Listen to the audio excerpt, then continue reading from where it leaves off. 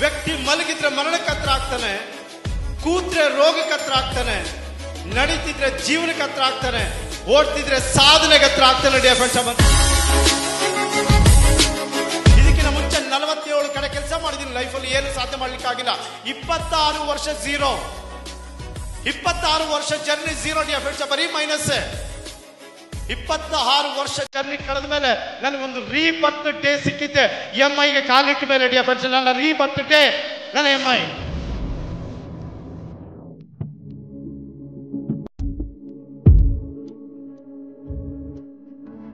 The great personality, ordinary to extraordinary, Mr. Bhadrathari.